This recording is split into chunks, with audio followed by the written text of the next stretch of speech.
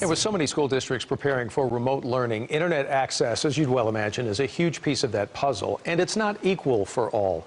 The I-Team found tens of thousands of North Texas students, in fact, don't even have a connection. Reporter Brian New tonight looks at those who are on the wrong side of the digital divide.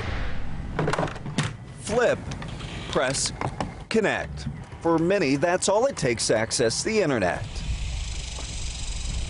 But out in rural Collin County, to connect to the internet, Jessica Candina has to use her phone as a hotspot, set it on the windowsill to get reception, and then hope that this time it actually works. Sometimes it's not even possible to get internet here.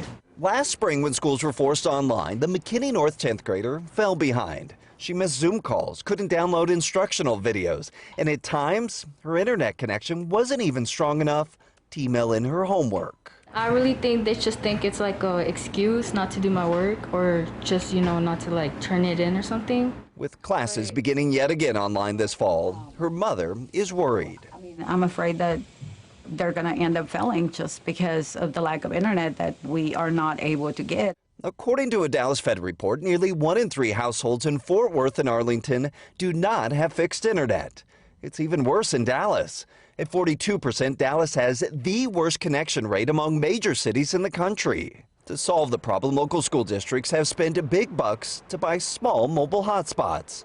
This summer, Dallas ISD's tech department unpacked and set up thousands of new hotspots. The district will hand out more than 20,000 devices to students at a cost of nearly $2.9 million. Since March, Fort Worth ISD has spent $3.6 million to purchase an additional 16,000 hotspots.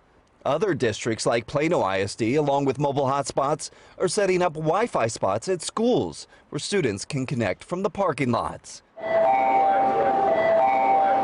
Even still, some schools worry students may be left disconnected, which is why when DeSoto ISD starts the year online, students will have the option to do it at school. There'll be no face-to-face teacher instruction, but school buildings will be open with reliable internet connection. So welcome to the Mobile Learning Lab. Nonprofits like Dallas Innovation have also jumped in to help, converting an old school bus into an internet hub. This fall, the bus will be parked in Dallas neighborhoods where internet connection is limited. We all need to get creative. The school districts are getting creative. So how do we make sure that internet in some form or fashion is in every home? But educators say it best, these are just Band-Aids. The pandemic, they say, has further shown connection to the internet needs to be as accessible as turning on the faucet to get water or flipping a switch to get electricity. Because I think it's so important. You have to be looking at the longer term as you're solving for the gap right now. According to a recent economic model, connecting every home in Texas to broadband would cost more than $3.7 billion, and it would take years to do it. For Jessica, she can't wait that long. Classes start in a week. Last spring, an estimated 1.8 million students here in Texas were unable to take part in online learning because of a lack of an internet connection and/or computer. Now, since then, the state and local school districts have set aside nearly $400 million with the goal of providing 1 million laptops, iPads, and 500,000 hotspots.